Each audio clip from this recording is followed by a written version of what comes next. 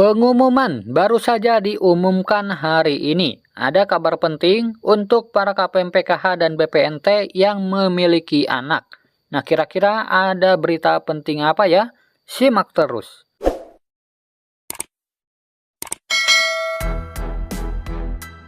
Nah, seperti yang dikutip dari kompas.com, Kementerian Kesehatan atau Kemenkes menginstruksikan tidak mengonsumsi obat sirup untuk sementara waktu imbas dari adanya kasus gangguan ginjal akut misterius. Kementerian Kesehatan juga atau Kemenkes juga telah meminta tenaga kesehatan tidak meresepkan obat sirup kepada pasien serta apotek agar tidak menjual obat sirup. Instruksi itu tertuang dalam surat edaran nomor SR.013-3461/3461/2022 tentang kewajiban penyelidikan epidemiologi dan pelaporan kasus gangguan ginjal akut pada anak. Adapun kasus gangguan ginjal akut misterius ini menyerang anak-anak. Kasus serupa terjadi di Gambia dengan puluhan anak meninggal dunia usai mengonsumsi obat mengandung zat kimia berbahaya, yaitu etilen glikol. Nah, lantas bagaimana dengan vitamin sirup? Kepala Biro Komunikasi dan Pelayanan Publik Kementerian Kesehatan, Ibu Siti Nadia Tarmizi menyatakan, segala jenis obat sirup tidak dikonsumsi terlebih dahulu untuk sementara waktu. Instruksi ini merupakan langkah konservatif sambil menunggu pihak-pihak terkait menemukan penyebab pasti gangguan ginjal akut misterius pada anak tersebut.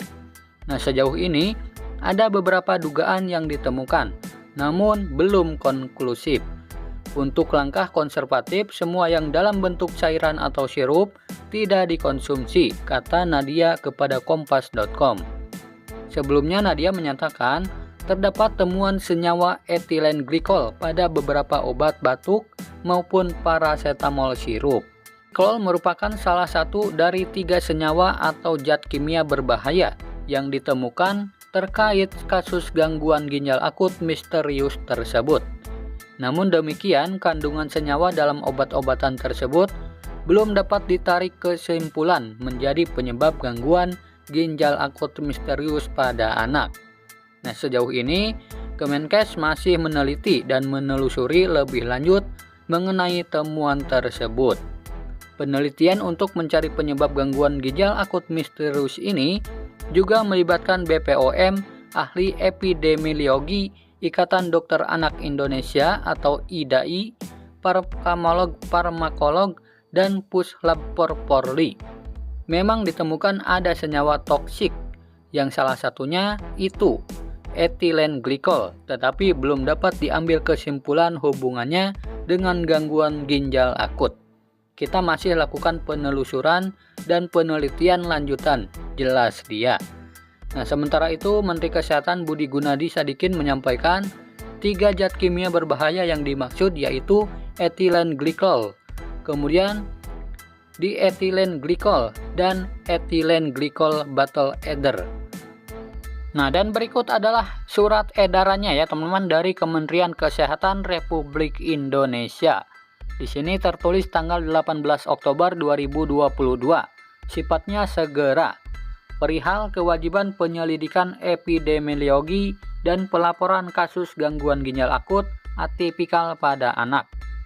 Nah, surat ini tertuju kepada Kepala Dinas Kesehatan Provinsi di seluruh Indonesia, kemudian Kepala Dinas Kesehatan Kabupaten atau Kota di seluruh Indonesia, kemudian kepada Kepala Direktur Utama atau Direktur Rumah Sakit di seluruh Indonesia, kemudian kepada pimpinan fasilitas pelayanan kesehatan di seluruh Indonesia, dan Ketua PBID, Ketua IDAI, Ketua PPNI, Ketua PPIB, dan Ketua PPIAI.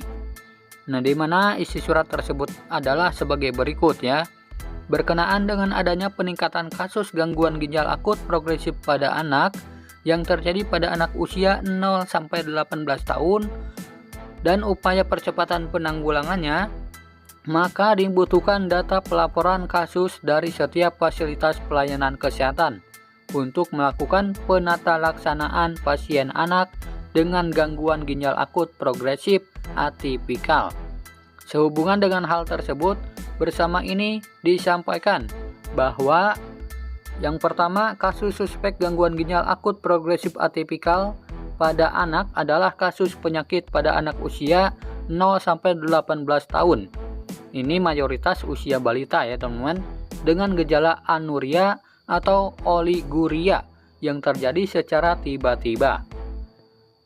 Nah, di mana di dalam surat tersebut sudah saya simpulkan ya teman-teman, ada di nomor 7. Nah, di sini yang paling penting di nomor 7, tenaga kesehatan pada fasilitas pelayanan kesehatan. Nah, berarti ini ditujukan untuk para apotek ya.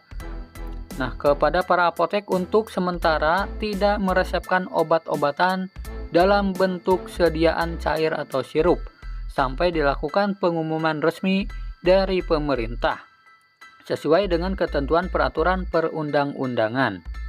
Nah, jadi untuk para tenaga kesehatan ya teman-teman, atau fasilitas pelayanan kesehatan untuk sementara tidak meresepkan obat-obatan dalam bentuk sirup atau cair.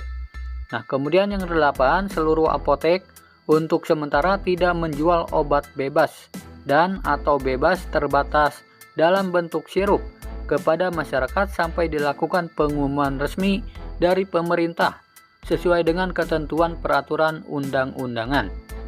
Nah, jadi intinya untuk tenaga kesehatan atau dokter ya teman-teman, dan juga para apotek untuk tidak menjual terlebih dahulu obat-obatan yang berbentuk dalam cairan atau sirup. Nah, dan di sini adalah obat yang berbentuk cairan ya teman-teman, atau sirup. Nah, ini adalah salah satu obat ya teman-teman yang berbentuk sirup yang tidak boleh diperjualbelikan terlebih dahulu.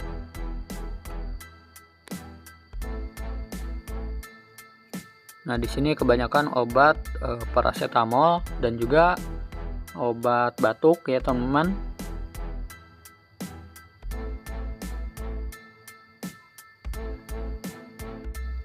Nah, jadi ini adalah berita penting untuk para KPM PKH maupun BPNT yang memiliki anak balita ya teman-teman. Nah, jadi jangan terlebih dahulu mengonsumsi obat-obatan yang berbentuk sirup, baik itu vitamin maupun obat penurun panas atau demam ya. Nah, semoga video ini bermanfaat. Sampai jumpa di video selanjutnya. Wassalamualaikum warahmatullahi wabarakatuh.